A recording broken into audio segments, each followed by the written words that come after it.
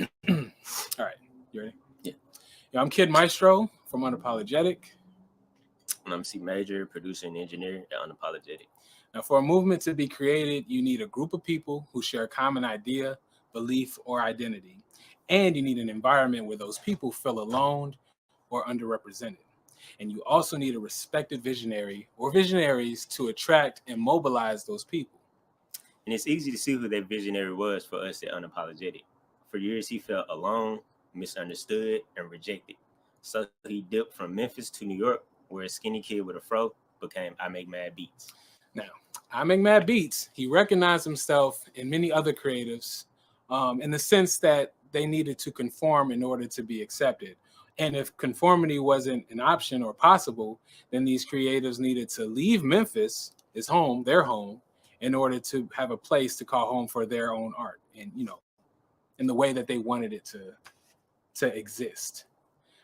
So Unapologetic was born out of the need to give a home and pride to being unapologetically yourself and being true to yourself. And that home is what attracted artists like ourselves. We all, in our own way, noticed the true versions of ourselves were being suppressed. And once we opened up to the idea of being vulnerable, there was no turning back. Now we thrive off encouraging others who feel the same as we did to embrace the same vulnerabilities in their own way.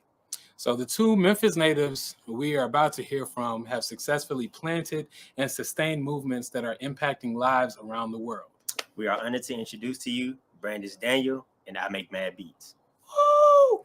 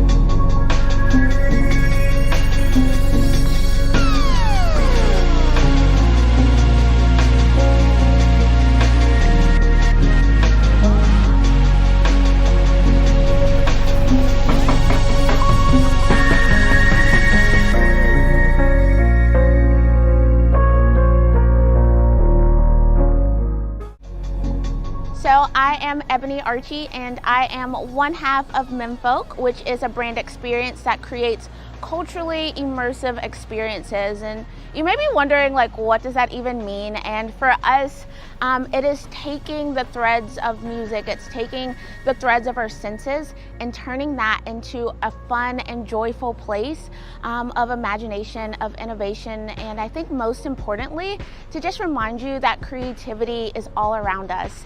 And for me and my business partner, Carissa Hogan, we really saw that there was just something different about Memphis. It's a place that you can feel, it's a place that you can hear, it's a place that you see and you taste and you touch. And we just felt like this is, I don't know, the perfect place to be a creative. There's so many amazing artists and musicians and just creatives figuring out how do we express Memphis in a way that maybe somebody that's from Memphis hasn't experienced before, but even people that are trying to figure out what is Memphis or what does Memphis feel like or what does Memphis has to show for itself. I think that they did such a great job that we wanted to stay. We call ourselves Memphians by choice. So I'm originally from Jackson, Mississippi. Carissa's from Birmingham, Alabama.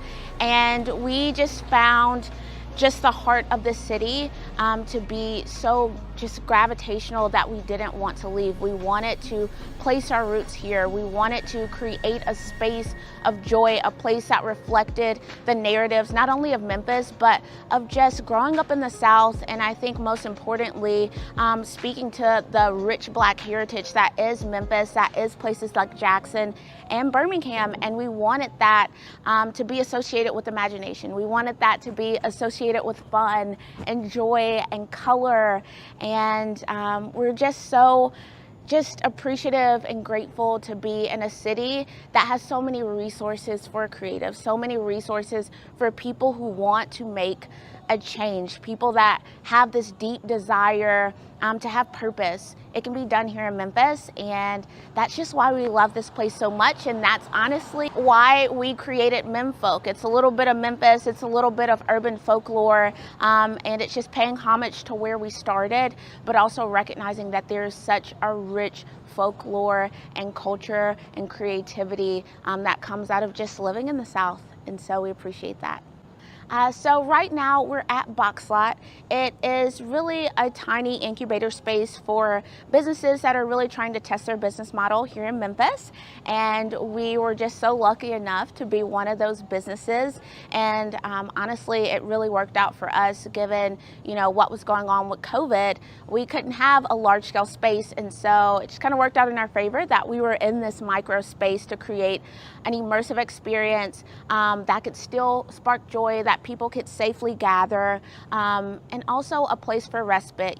There was a lot of civil unrest and just demands for social justice and equity going on, and it was so cool to be kind of like this pit stop for people to go and get recharged, for people to be mindful, for people to experience a little bit of joy, whether it was confetti or fringe or just throwing balloons around. We were just so grateful to be that space for people, whether they want it to be change makers, whether they just want it to be safe but want it somewhere fun to be. And so we just appreciate Box Lot so much because this is really a perfect example of how Memphis really creates spaces and opportunities for business owners to just kind of give their hand, and see if they have what it takes to really be an entrepreneur. And it was so much fun being neighbors with Mose Bose, who I'm sure if you guys have seen Shark Tank, you're very familiar with. We called him like our in-house celebrity. And we also, we're next to Kickspins, and they're a cultural heritage, but also this just really dope record spot that we love so much. And from that, we recognize that we love creating these types of installations and immersive experiences, not only for ourselves, but for other businesses that maybe want to focus on like making coffee. And so during our time at Box Lot, we actually did an installation at Mug and Coffee House. It's actually the first Black-owned coffee house here in Memphis, and we were obsessed with their caramel macchiato. And so it just worked out perfectly because it was kind of like just an exchange and thanks. It was like, thank you for the coffee. We got you with the installation. So we're just really grateful to kind of test and see, do we like helping other businesses bring their brand to life? And we do. And so you'll see us in a couple of other places here in Memphis soon. And we even actually have a project outside of Memphis. We'll be taking our talents to Kansas City as well. And so we're just really excited to expose people to Memphis, even outside of Memphis, and what we have to offer.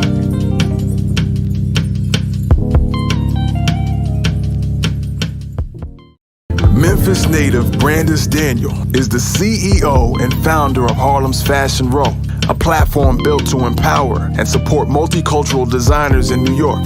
Her dedication to success consistently opened doors for her, and her ideas to build something that helped others build. And y'all know that's how you start a movement. HFR has partnered with OWN, Target, Coca-Cola, Tresemme, Google, and most recently, Nike and LeBron James to create the first LeBron shoe for women and by women, a true industry disruptor. And she has so much more in store.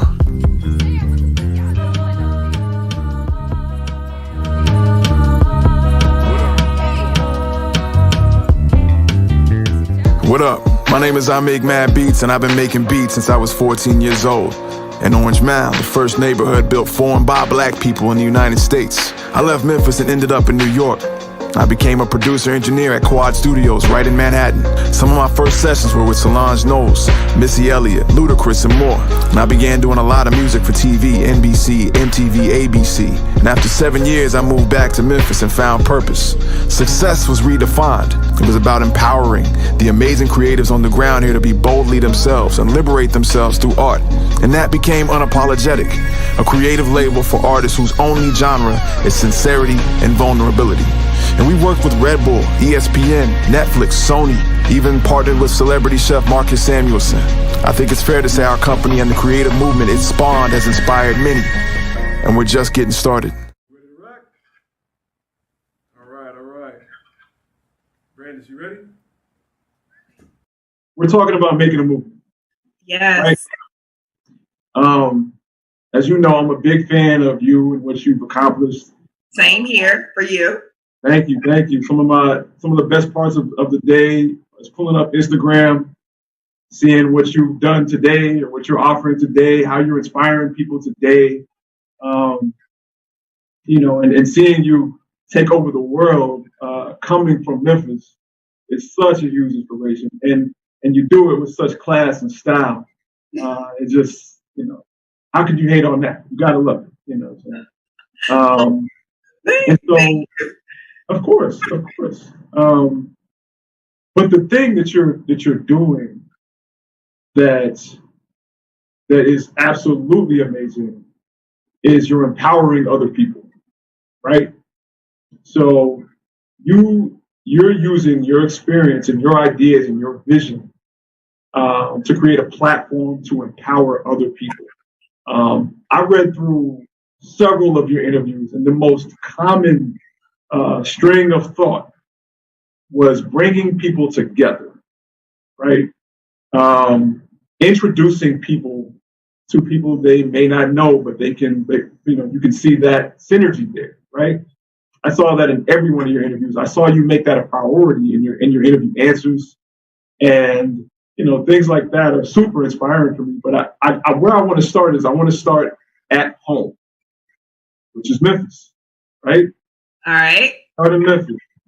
Can you tell me a little bit about being from Memphis and what propelled you to leave and what propelled you to have these visions, right? So this idea of Harlem Fashion Row, right?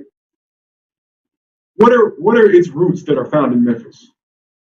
Such a good question. My aunt, I grew up in Whitehaven. My aunt lived in South Memphis, and we would go over there like once a week. And my aunt was so into fashion. Like, she was the only person in my family who ordered Harper's Bazaar, Vogue magazine, Essence magazine. And I don't know what it was, but there was something she saw in me. So every time I would get to her house, I got new magazines and I would look through those magazines. And at the time, the editing world didn't really have budgets. They had crazy budgets. So I would be pouring through the magazines and transport me somewhere else. And so I think that was really kind of the spark for it for me. My mom sold our clothes. We couldn't really afford to shop like that. So she sold our clothes. So I got a chance to kind of have a say in what my clothes look like.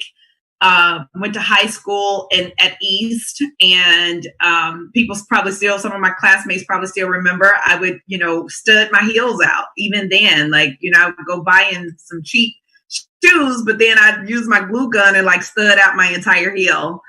So I think it's just kind of always been a piece of who I am and what I loved. But I didn't really know anyone who had a career in fashion. So I didn't know that was something that was possible for me. Tennessee at Chattanooga recruited heavily in Memphis, specifically East High. So I ended up going there, majored in pre-med. After 1 year, I was like, this ain't it.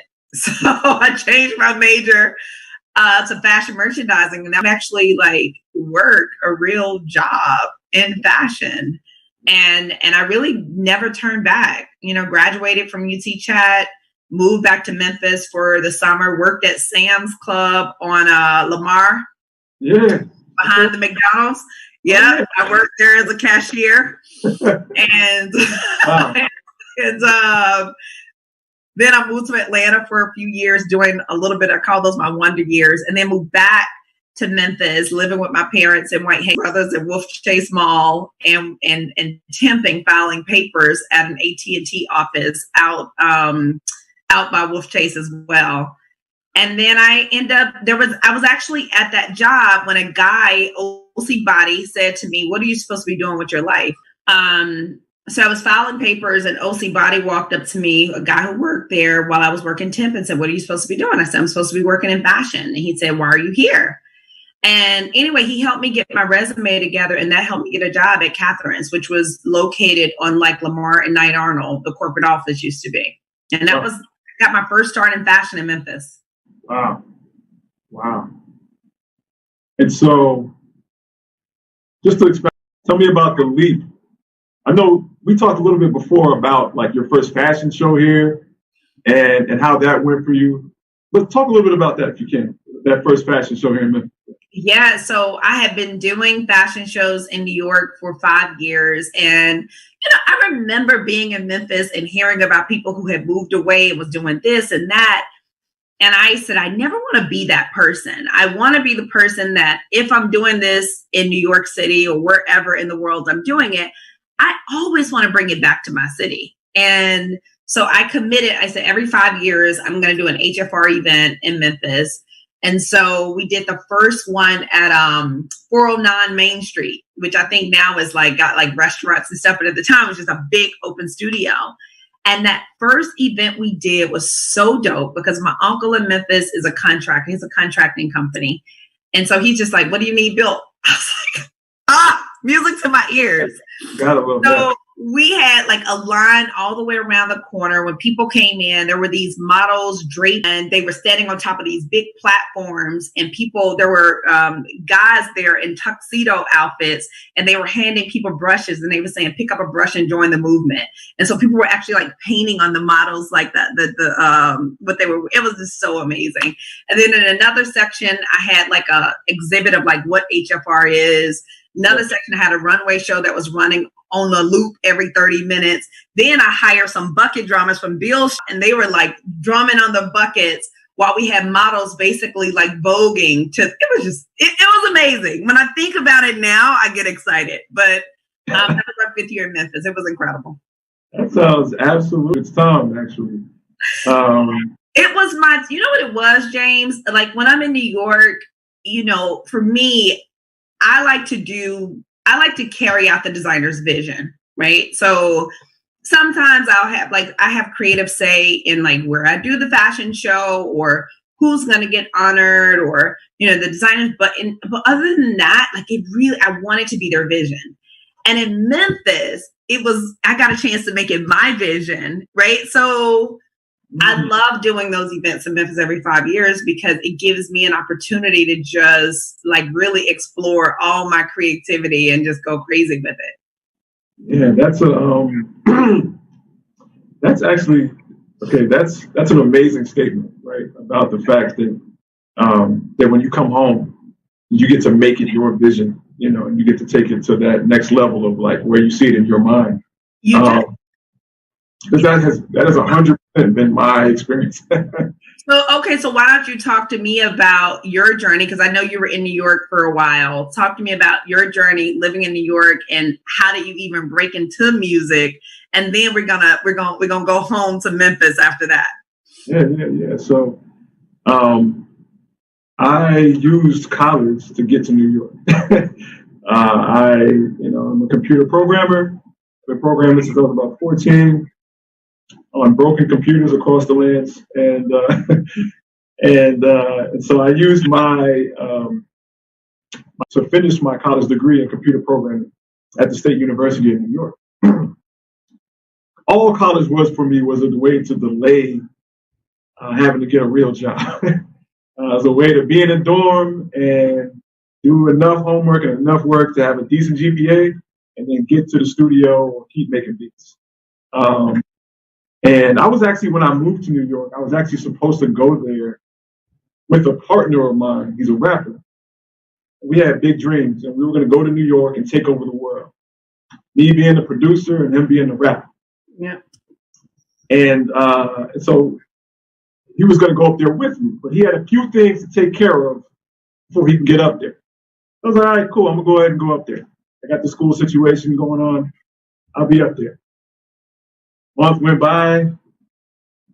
Hey, man, sorry, bro. I got to take care of a couple things. All right, cool. Another month goes by. Yeah, man, still dealing with this, man, et cetera, et cetera. 6 months go by. and I've just been up there for the most part, moving alone. And he had family in New York because he was from New York, who had been waiting on him to get to New York, and so they would just call me. Yeah, man, is Jimmy? Is he up here yet? Nah, man. Well, one of his cousins was an intern at Quad Studios, right in Manhattan, right in Times Square. Legendary studio, right?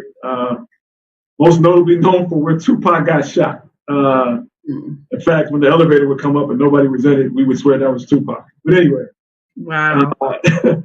we would get to. I would get a phone call from his cousin, who was an intern there, saying, "Man, you make beats, right?" I said, "Yeah." He said, "Well, Cameron and Dipset, they here on Saturday. You should come by and bring some beats." So I'm like, "All right, let's do it."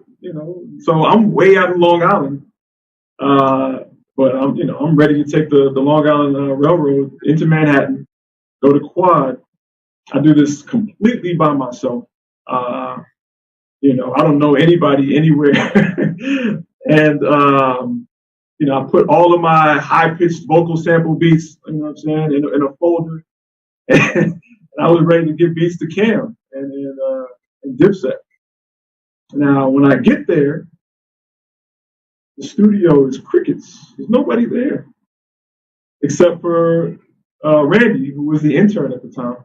He says, "Yeah, man, they probably just gonna show up later. They're gonna show up later. It's all good, etc." And so I'm just like, "All right, cool. Can I play beats in the studio?" He said, "Yeah, go ahead, man." And they were in the lobby just on YouTube, like looking at funny videos for hours. And I'm just like, I'm in $1 million studio. I'm going to try to learn as much as possible. I'd never been in a studio like that before, ever. Wow. Cool console, all these lights and stuff. But, I had this software that was kind of a simulation of a full studio. So I kind of figured it out pretty fast thanks to that simulation. So I had a whole productions on the boards, and I was mixing it and doing all kinds of stuff. And then out of nowhere, Randy runs into the room and he says, "Hey, Nemo, you gotta go. We gotta go now." I'm like, "What's going on?" He says, "The owner is there. The owner doesn't normally come in on Saturdays." He says he just saw the owner get on the elevator coming up to the 10th floor, which is where we were at. And that if the owner sees me there, he could be fired as an intern because I'm just a random person.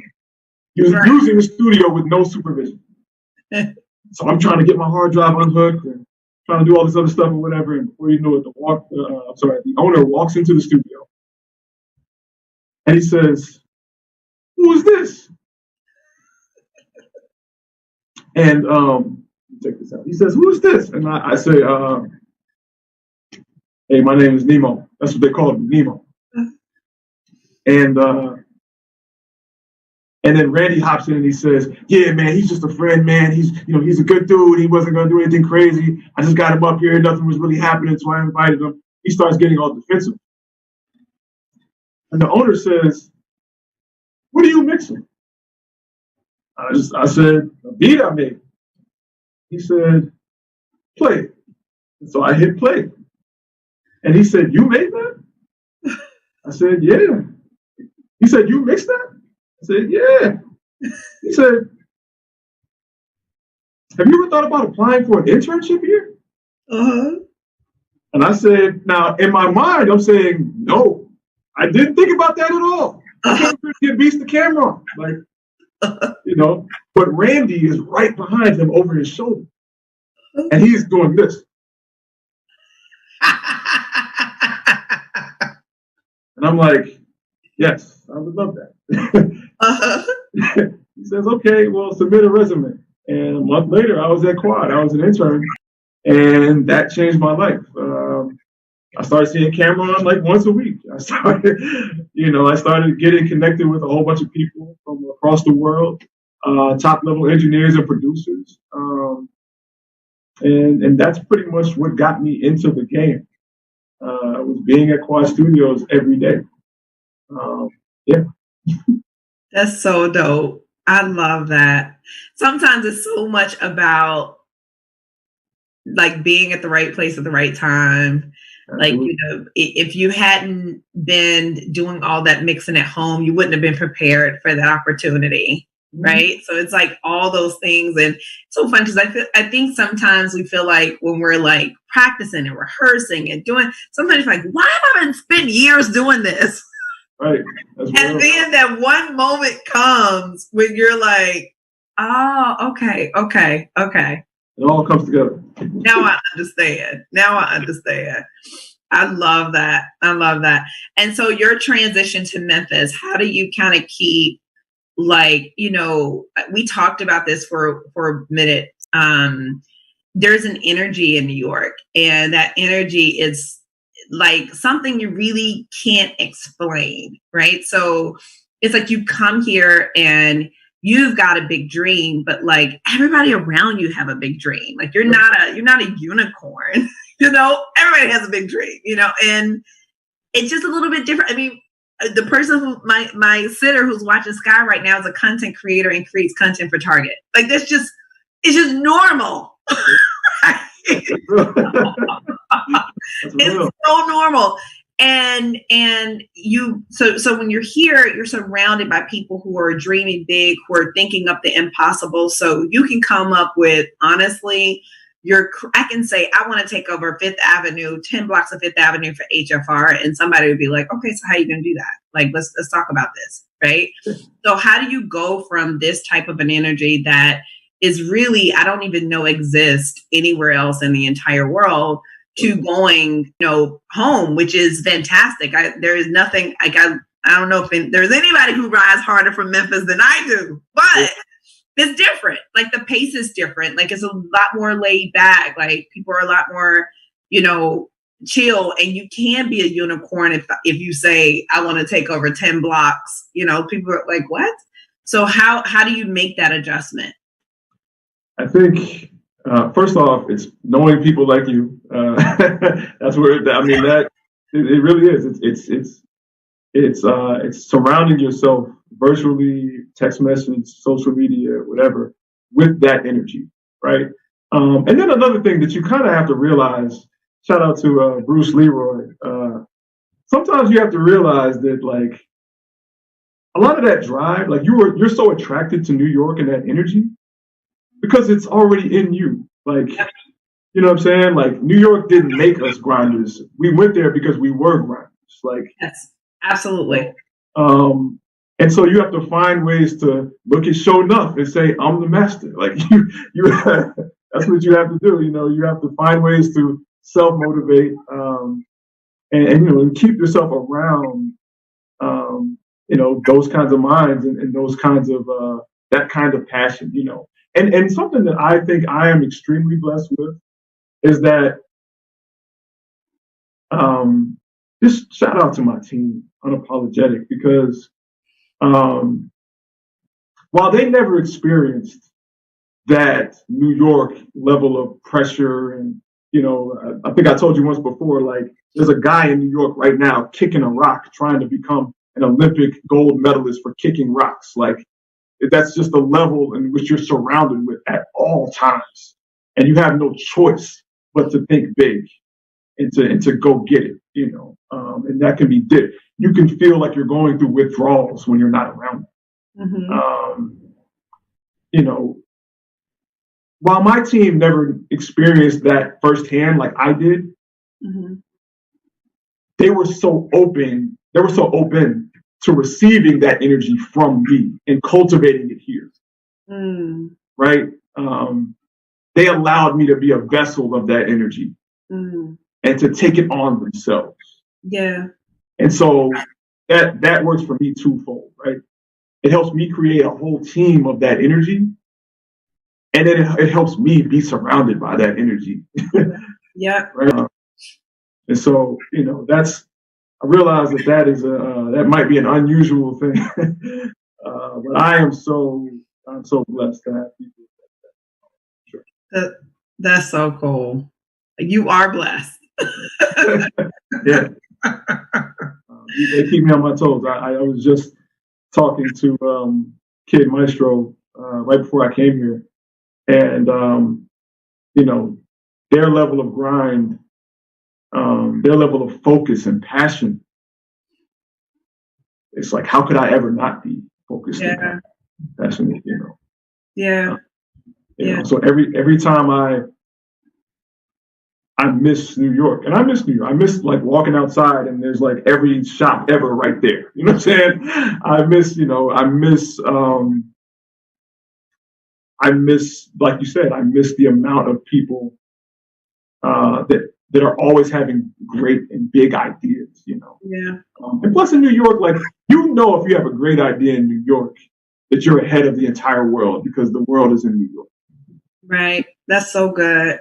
You know, sometimes though that pace changes is nice. I have to tell you, because when the pandemic hit this year, me and my daughter came to Memphis, March 19th. We flew to Memphis and we were there for 3 months. Wow. And it was so nice because I walked around my parents' neighborhood and every day, because for the first like 3 weeks, I was like, what's happening in the world? So that was like my release, was just like to walk around the block. My sisters were teasing me. They're like, do you do anything else besides walk around this block? And I was just constantly walking. But while I was walking, I was like listening to, you know, audiobooks and listening to messages and listening to things that really inspired me to start a nonprofit. Like, I actually started Icon 360 in Memphis. So many big moments. This is crazy. Now that I'm thinking about this, so many big moments happened when I was in Memphis. I got the call from Nike when I was in Memphis. What? Oh, all right, go ahead. And then I started Icon 360, which Daphne Rankin, who's from Memphis, actually did all my paperwork and everything. I actually opened my business account up for my nonprofit at the Sun Trust downtown. Wow. And and that whole event, we did a big, huge virtual event to launch the Icon 360 with like editors from Vogue and Essence. And we had stylists, celebrity stylists. We had so many people, design Tracy Reese, and so many people. And I did all that event in Memphis. Like, I did the whole virtual event from my sister's office in Memphis. Okay, so full transparency here. I wanted to hop into this next kind of moving the conversation forward question, but what you're saying right now has just immediately given me another question that I think is very important, right? Like, so let's talk mental bandwidth, right? Let's talk space, right? Because here's the thing, right? When you have a vision for something, right? You have a vision, all these pieces start to align, you figure out, man, I feel like I know how to make this happen. Then you start to spin the wheel, right? You start making it happen, right? But you're a visionary. So you're going to have more visions, right? So now you're trying to find space, mental space, to deal with those visions and keep this machine rolling, right? Right. And so I wanted to ask you, how do you deal with that? Now, I'll be honest, the reason why I'm asking you that is because what you said, when you came down to Memphis, you started getting ideas. That's exactly what happened. When I came back to Memphis, the change in pace allowed me more space to think and imagine. Mm-hmm. And I imagined Unapologetic. That's how it happened. Mm. You're in the mix, so you're back and forth. You're internationally known. Let's keep it real. So like you're all across the world, right?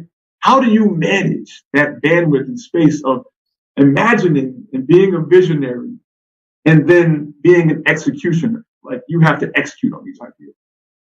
Yeah, it's not easy. I'll tell you that. I think that's why, I don't know if I would have started that nonprofit had I been in New York. I think being in Memphis, it gave me the space, right? Because I'm not feeling all of that, like, go, go, go, go, go.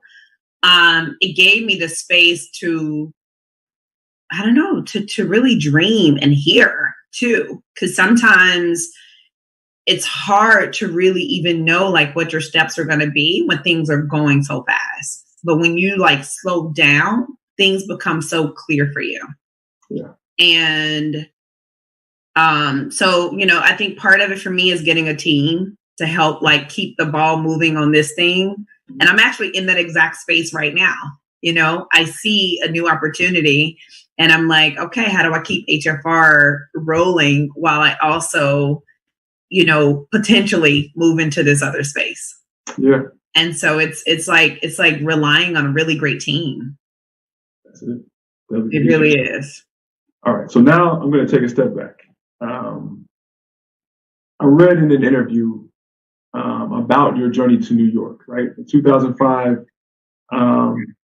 the Harlem you experienced at that time, a couple of your interviews, you mentioned that you were immediately engulfed by this renaissance, right?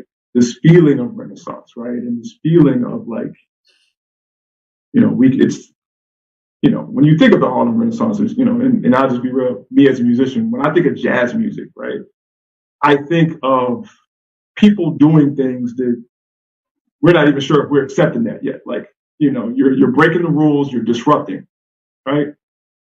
Talk to me a little bit about, you know, your first impressions and how that seeped into you to eventually become a disruptor, right? Because to me, disruption is a key part of making a movement, right? Oh, it definitely is. I mean, you have to be a little bit crazy, right, to think that you can start a movement. Like, who are you? When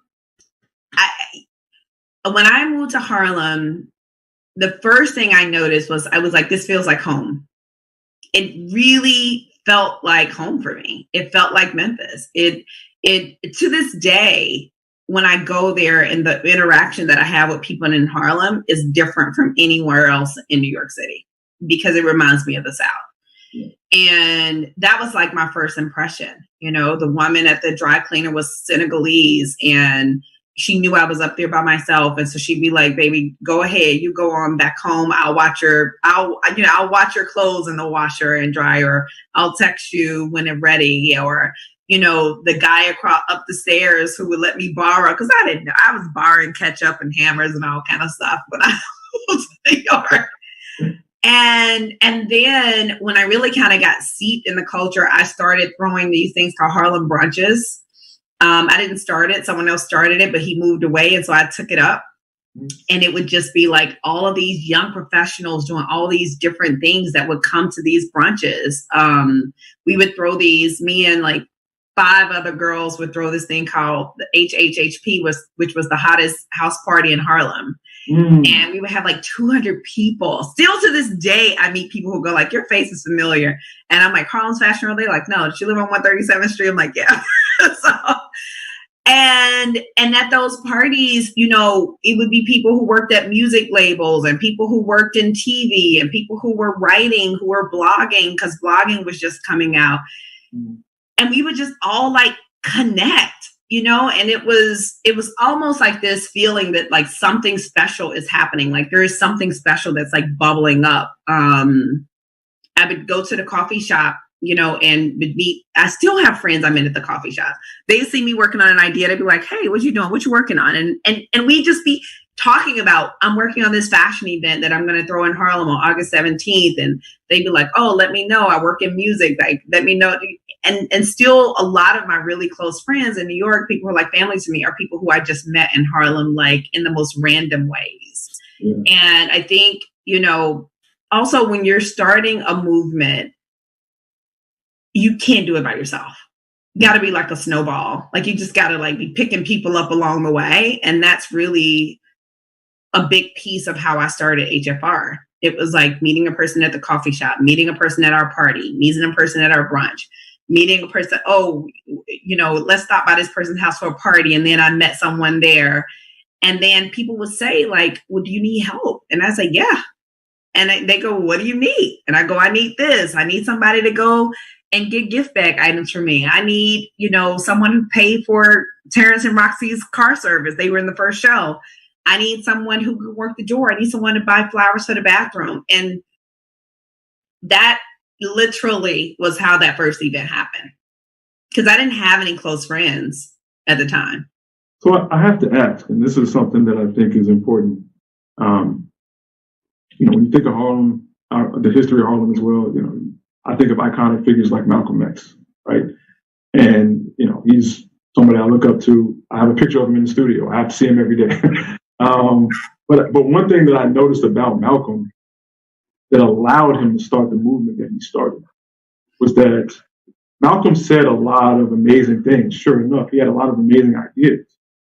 But the thing that allowed people to believe in Malcolm and to try out things maybe they wouldn't have tried out before was that Malcolm had an undeniable integrity, in terms of his beliefs, right? So whenever I think of people who start movements, and specifically humble people who start movements, right? That's usually the part that never gets mentioned, right? Is that they had done something.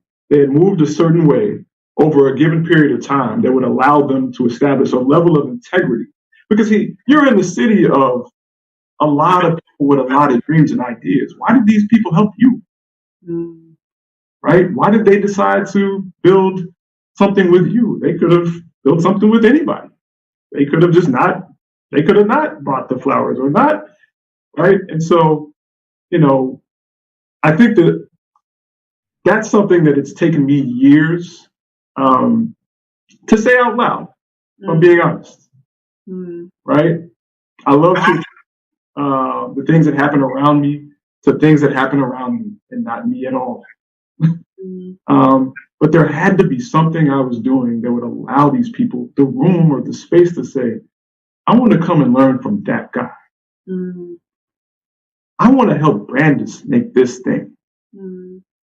A lot of people have a lot of ideas.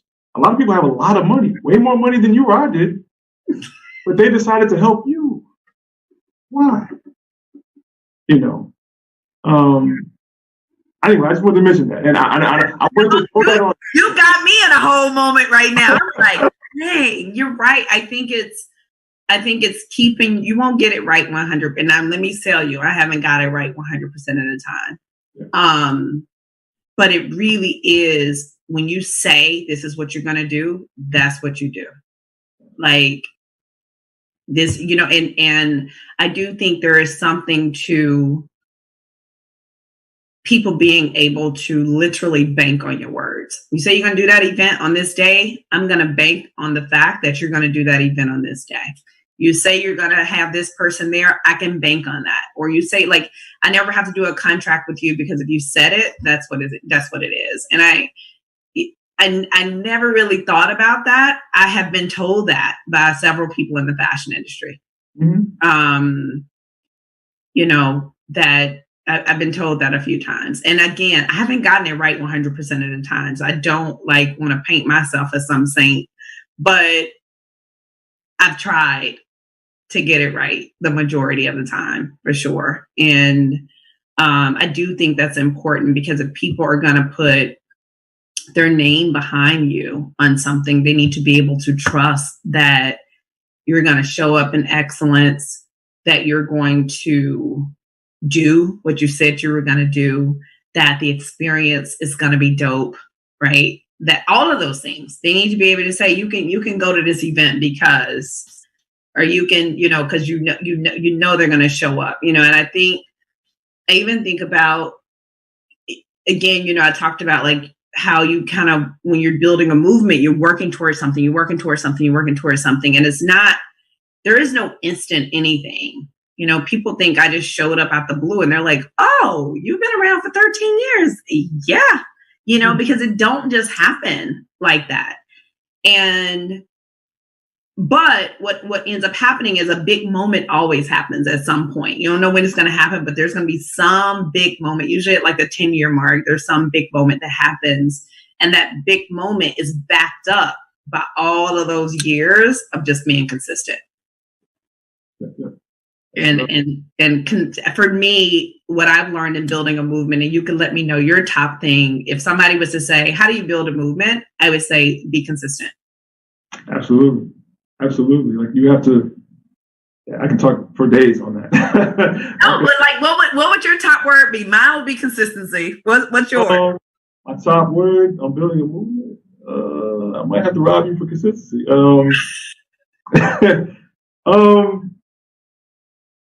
Okay, I would say why, and let me explain. I already know where you're going. Okay. Come on. Yeah, I would say the why for sure. I was in a conversation right before I came here with a rapper named Rudy, and we were talking about him building his team, and how, to be quite honest, how I don't want Unapologetic to be Walmart, meaning like I don't want Unapologetic to be, or anybody who ever has a dream, you got to go see Unapologetic. No, I want there to be 8 Unapologetics. Like, you know what I'm saying? I want that competition. I want that what's in the water, right? This is an amazing space. There's so much talent here. I want it to be like, when you go to Atlanta, when you go to New York, when you go to LA, they have so many different points of success there. It's not like one gatekeeper. Right. And so I was telling him about that, and I was just telling him how much a big part of building your team is people being able to see themselves in you and what you're doing, right? And that hinges upon your ability to present or tell your story. Why? Why are you a fashion designer? Right? Why do you make music? Right? I tell a whole bunch of people I make music, and people are like, cool. And then I say, well, I make music because in poverty, it was a hard time and I needed something to escape. Right? I needed something that I could create, a world I could create that wasn't as dark as the poverty that I lived in. And then people, they can relate to that. Right? A lot, especially in Memphis, a lot of people can relate to that. And so people's ability to see themselves in their story, in your story, allows them to hinge their identity in what you create and what you present, and in a deeper way. That for me is the foundation of a movement, right? It's the foundation of a movement for me is equally, for me, it's consistency in that, right? It's consistency in that level of branding and that, and the way of showing up and presenting. For me, it all starts with a deeper level of buy-in. Everything else is a cool song, right? There's always cool songs. They're not necessarily movements, right? Right, but Bob Marley was a movement, right? And his why was so intense. I can go on and on and on. Prince, there's a whole bunch of artists, right? I would dare say the top 10 most legendary artists of all time. Their why was seeping out of their pores, and people bought into them. A lot of people bought into them and weren't even fans of the music. Yeah, they were just fans of them. Yeah. So yeah, I think for me that would be like, the importance of telling your story, which is why that was my TED Talk. I love what you just said. You said a lot of people didn't even buy into their movement; they bought into them. I think that was what you said. They didn't like their music; they liked them. Yeah. And I think that's a big piece of starting anything. Is in order for you to draw people in like that, people have to see you. And a lot of times especially when you're an outsider, and I still call myself a proud fashion outsider. Love it. That's my TED Talk was on. Exactly. And, and when you're an outsider, sometimes you feel the need to show up as who you think people expect you to be. Right. When did you decide, because you do things very differently, James? I've looked at your videos, I'm looking at your YouTube channel, like your events, like nothing is status quo. Everything is so unique and so different. When did you have the courage to say, I'm not trying to be like this person over here or that person over there, like take me, all of me, or don't take me, right? But this is who I am. Okay, so I think the answer, like the quick answer, is the heroic one, which is the one that's like, I just decided I'll be who I am. And I just wanted to be true to myself. And that's not the truth. The truth is I tried to be like everybody else and I failed over and over and over again. I couldn't. I was not good at it. Some people are. Some people, they're really good at assimilating, right? I don't sound like nobody else. Everywhere I go, I'm straight.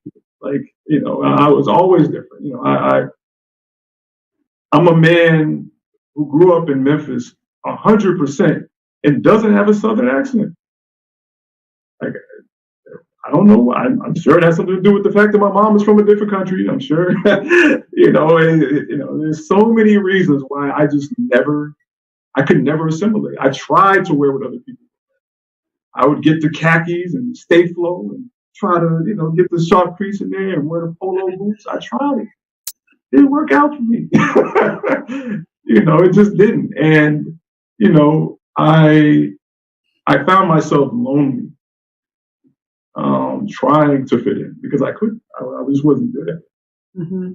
You know, there's some point in your life where, for me, it was this kind of thing. But for others, it comes in many forms. But there's always this one part of your life where you realize some of the things you thought were a hindrance are actually your best weapons, right? And for me, I think the turning point for that was in New York. I was in New York and I was doubting myself. I was doubting my reasons for being there and my reasons for getting opportunities because everybody else just came from different situations that, you know, they went to SAE, they went to Full Sail, they went to this, to that. Their father, they play this instrument well. And I'm just a guy who literally learned how to make beats on a broken computer. That was the extent of my music education. Mm-hmm. And, you know, I'm navigating that space. I'm just never going to forget. It was DJ Tony Touch. He was in the studio, and he wanted to record some vinyl. And so these two assistant engineers. Now I'm an intern at this. I'm like the lowest intern at the time. Like, so I'm like nine times out of 10, I'm just getting sent to go buy an apple for Missy Elliott. Like he wants a specific apple, go find it at Whole Foods. Go now. Anyway, I just happened to end up on this session. And there are these two assistant engineers. These guys are getting paid. They're supposed to be the smart guys in the room. They know the studio. They know the cash bay. Anyway, they're hooking up this turntable. Tony Touch was like, hey, record this vinyl into Pro Tools. They could not record that vinyl. They were trying for like 45 minutes.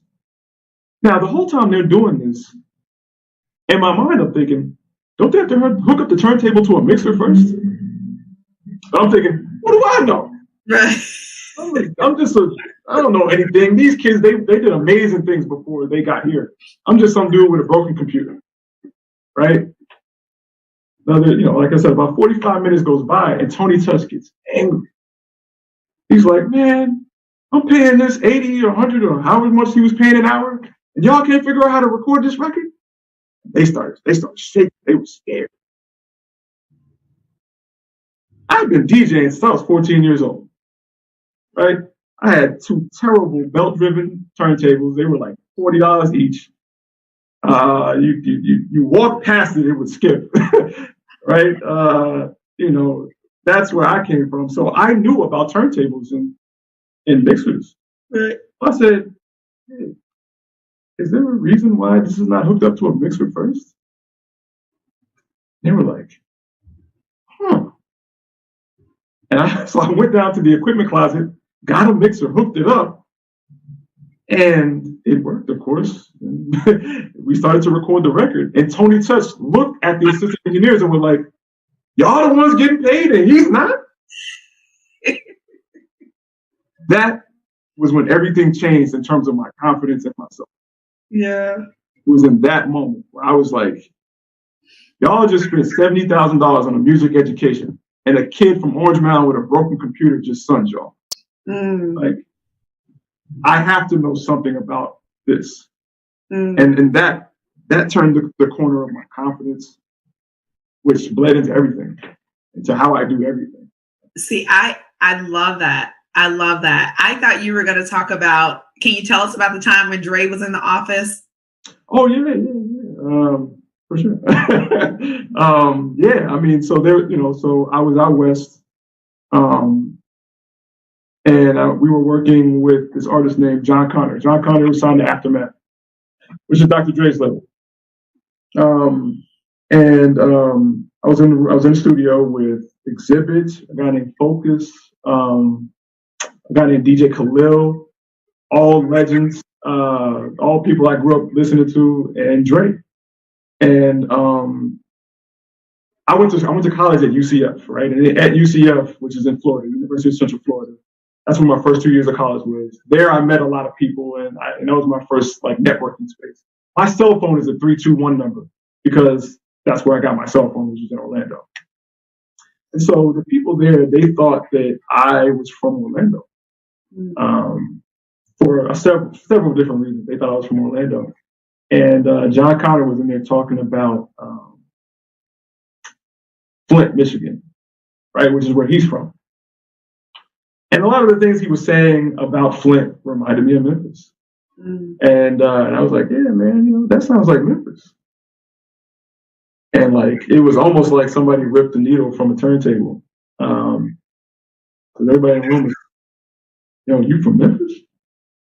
I was like, yeah, I'm from Memphis. And I'm not sure if I'm about to get jumped or like, I don't know what's about to happen. Like, and like, Dre and Khalil and John Connor, they all stood up and just was like, man, we love Memphis, dog. You know what I'm saying? They gave me this ultimate respect, and I'm relieved because I know what's about to happen, but but yeah, that respect for Memphis, and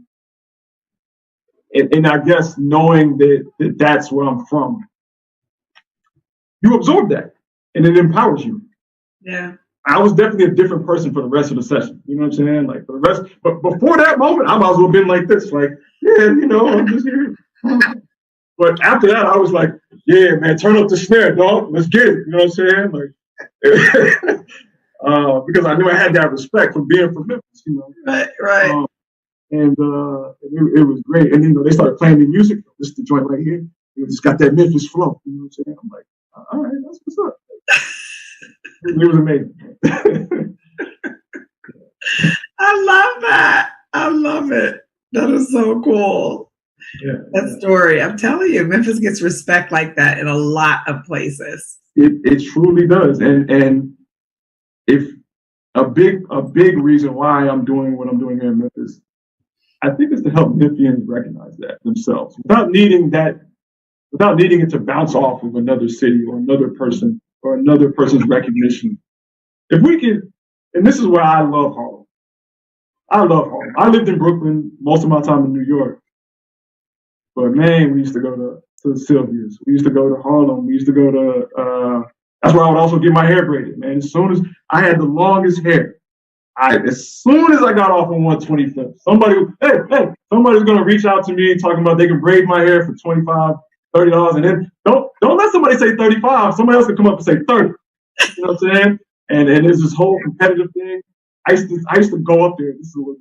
I used to go up there specifically with my hair like clearly ready to be braided, and just walk out there. And they would compete, but I used to love going to 125th for a couple of reasons. Obviously, the blackness. But one of the reasons I used to love going to Harlem was that pride. Mm-hmm. Right? I spent the last 2 years in college in college in New York. There were a lot of Harlem young people there. And those Harlem people, they coming through so like like it was steaming off of them, that pride of I'm from Harlem. And see, I think people have that pride once you leave Memphis.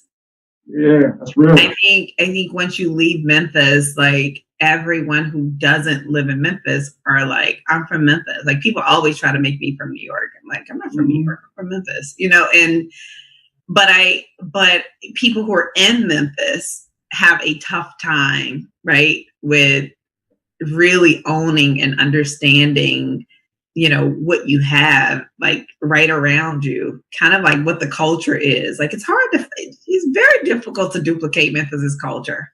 It's very difficult. you really can't do it, right? It's impossible. And so, you know, I'm like, man, if people there just knew, if they just knew. The event there, the 5th year, our 5th year event, everyone who worked on my team were young people from Memphis. Every last one of those people moved to New York City. And the majority of them are doing incredibly well right now, doing different things here. And it's I don't know. I think it's like Memphis grew, and you don't even realize that it's grooming you to be the best. But you know, going to my school, you were bound to get checked. so you didn't have a soft, what they call it, soft skin. You didn't have you had to have thick skin, right? You had to have thick skin living there. But I think it prepares you for a city like New York. You know, like everyone told me no. And then you're like, okay, yes, then. That to me is the number one thing that I think Memphis prepares you for. I think Memphis prepares you to keep going. Yeah. Like, and I think obviously once you keep going, that's how you become the best. That's how you become great. You know, it's by resiliency. And I feel like Memphis historically just taps your chin so much. Those punches and those hits don't really take you down like they do others. And that's what I saw in New York, was a lot of the things that a lot of other entitled people were used to, wherever they came from. I had already grown. I didn't have to deal with that. That wasn't an issue for me. Yep. I know exactly what you mean. Yeah, that wasn't an issue for me. I was okay with less than, and there's pros and cons to that. Let's talk about that later. But I was already used to, it being tough and people telling me no, and not getting things immediately, and that's what kept me going. Love it. So I gotta. Yeah. Okay, so I want to zoom in on something. And this is pretty much the first time I discovered you, right? LeBron's 16th, right? Okay, so I mean, you talk about life goals, right? You know, this is what this is, right? And so I have to ask, like, the 16th, right? First off, like, how did that happen, right? How did that happen? How, and then who and what were you after that happened? How did that affect your ability to move forward with HFR as Brandice Daniel? Like, when something like that, when that meteor strikes, you get that call, right? What's next after that? Like, you know, so if you can speak to that a little bit. No, so I told you most of my big moments happened in Memphis, right. And we had just done our 10th year. Remember, I do something in Memphis every 5 years. So we had just done our 10th year event. Actually, it was the hardest year I've ever had. Everything that could go wrong went wrong that year. We had done an event here. It was great. It was okay. Let me say that. It was okay at best. We had honored Spike Lee. It was like, that was the best part of the night, but it was like raining so hard and we had to end up ordering tents. My sister had come in from Memphis to help me. It was so bad that day until my sister called me at like 4:00 and was like, are you coming to this event? And it was just really difficult. Every bit of it was so hard. And I finished that event. And I said to myself and to this guy who was working with me at the time, I said, you know, I've done HFR for 10 years. What I do won't ever change. I'll always support designers of color. Matter of fact, everything on this rack in front of me, designers of color. Mostly everything I wear, including this, is from designers of color. It's like that won't ever change. I'll always support them, but maybe I could do it in a way that's different. Maybe it doesn't have to be an event. I was like, because I just don't think I can plan anything for 2018. And so I had decided I'm planning nothing for 2018. And that's not how I roll. So I'm planning nothing for next year. But what I do want is, if you hear of an opportunity where a brand wants to bring a product to life and they want to partner with Black designers to do that, that's what I'm interested in. And I left it at that. And when I said that, I was thinking maybe somebody called me about a phone case.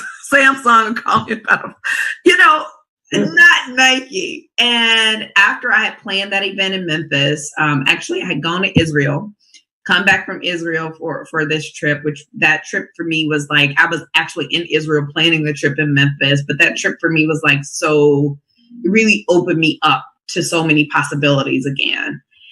And I'd done the event in Memphis, was still there, got a phone call in my mom's kitchen. And this woman was like, hey, we met about 3 years ago. Remember, I told you if I ever had anything for you, I would let you know. I think I have something. And she was very vague about there being this athletic company and this athlete who said Black women were the strongest and they wanted to do something with that. And she told them they needed to meet me and all this.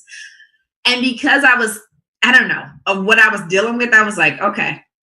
And then she said, can I send you an NDA agreement? I said, yeah. So she sent it through, it had the swoosh on it. And I'm like, wait, this is Nike? Like, what is this? And it happened so fast that I didn't have time to absorb it. So it was like, I signed the NDA agreement. The next day I was sitting at Panera Bread on Poplar. That's where I usually work when I'm at home. So I'm sitting there outside and I'm on the phone with the brand manager for LeBron James at Nike. And she's talking to me and she's telling me about, what LeBron had said and how they really want to do something with that. And she's like, just give me some names of some designers you think might be great. Just send me their names and their websites and I'll take a look at them. And I said, okay. And I said to her while I was on the phone, I said, I don't know what this is about to be, but I feel like this is about to be something really special. And I could feel myself tearing up while I was talking to her. And I was like, stay professional, Brandice. But I just knew it. And she said, what's crazy? I feel the same way. And I got off the phone with her and I said, Marissa, I'm not sending her 3 names and website links. I'm gonna create a deck. I'll send it to you. And I did this fancy deck. When we talked about building a movement, it's like staying consistent. One thing I had done year after year was build decks. And I had gotten so good at building decks that no one usually bought into. But I was always doing them for brands, like to try to pitch a brand for this and pitch a brand for that. So I did this deck, and this deck it wasn't like a regular deck. I did it like it was a book. And I really created why these particular women, I thought, were an example of LeBron's statement. And I gave her personal examples that the designers still to this day don't know I gave her. Wow. And they came back. I sent that deck over and they came back and they were supposed to pick one designer. They was like, we couldn't choose. We want all 3 and we want you to work with us on this. And when can you come to Portland in 2 weeks? And I was like, sure. And so I had to reach out to those designers. We were in Portland. But I think one thing we don't talk about enough is when you're at your lowest, it's so hard to be at your lowest points, but those points ground you in a way that nothing else can. And so even with that opportunity, I said to the designers before we walked in, I said, guys, either the Nike team is going to buy us, who we really are, our real stories. We're not about to try to go in here and floss. This is who we are. This is what our struggles are. And so they either buy us or we're just not going to do it. And I was like, if they don't take us as we are, forget it. Because when you're low, you get to a place where you're like. I was going to say real quick, message. All right, go ahead. But when you're at your lowest, you get to a place where you're just like, whatever. You take Brandice and HFR as we are, just don't take us. And that's fine too. And so I told the designers, I was like, are y'all on board? And they was like, yep. And we went in there, and there was like, of course, LeBron has a team of like 20 people. So it's like 20 of them, 4 of us. And the first thing we did was shared our story. And I am a crier when I tell the story of Harlem's Fashion Row. Normally I try to hold it together, be professional, but I didn't. I just let it all go. And then the designers told their stories, and we were talking about the project. And then I said, you know, you guys know so much about us. We don't know anything about you but your titles. Would you be willing to share your stories? And then they went one by one around the table, starting with Lynn. I don't know if you've heard of Lynn Merritt, but Lynn found LeBron when he was like 13 years old. He was the one who like hit the cameraman that time. He's been in the news for a whole bunch of things. Wow. Oh, yeah. But he's like the OG at Nike, and he's been knowing LeBron since he was 13. And he's like the man. He like scouts the talent for Nike to and Liam was the first person to say, I'll share my story. And he shared his story of a boy like being in Kentucky and laying down on the ground and looking at the airplanes going across and being like, one day I'm gonna be in those airplanes. And you know, every person started to share their story, and that moment connected us. And so what people felt in that shoe was like this spirit and this real connection between HFR, the designers, and the Nike team. And then you add LeBron on top of it, who, as soon as he saw the shoe and heard that, like, these are 3 Black females working on this shoe, and that, like, we basically debunked the myth that Black women can't work together. He was like, that's the story I want to tell. So when we met with him for the first time and he saw that, he's like, that's the story I want to tell. And I don't know. I think it was the heart behind that. Like that whole, like to this day, like actually while we were waiting, I was emailing with one of the brand managers for LeBron, like, hey, how you doing? What's happening? I know there are a lot of, like, while we were just waiting to get set up, because we really built like a family. And, you know, but you can't do that unless you show up as yourself. Yep. Right. But yeah. So that was how that shoe came to life. Yeah. Okay. I know we're over time, right? Yeah. Okay. I think it's time to wrap it up. I don't even know how we wrap it up. Let me see. I had all my questions. Let me see if I got everything in for you. Okay. Well, I got most of these in, actually. I did want to ask you about your favorite spot in Memphis, though. Hey. That's what I wanted to ask you. Can I ask that one last question? Do we have time? Out of Memphis. Yeah. I'll just say this. There's this really cool tower in Orange Mound, right? It's often, there's a lot of graffiti there. Been abandoned for about 20 years. I really love that place. That is the end of my answer. Yeah. All right, so that's your favorite spot in Memphis. Definitely, I love driving past it. I love seeing it from the airport. I love what the potential it has to help the community. I also love how, when I look at it, I see the future. You know, a lot of Memphis is so dedicated to the past, but when I look at that building, I see the future. That's so good. So good. Yeah. That's so good. When I look at you, I see the future. How about that? When I look at you, I see the future of Memphis. Thank you so much. And I'm gonna need. This is the beginning for both of us, I think, in this journey.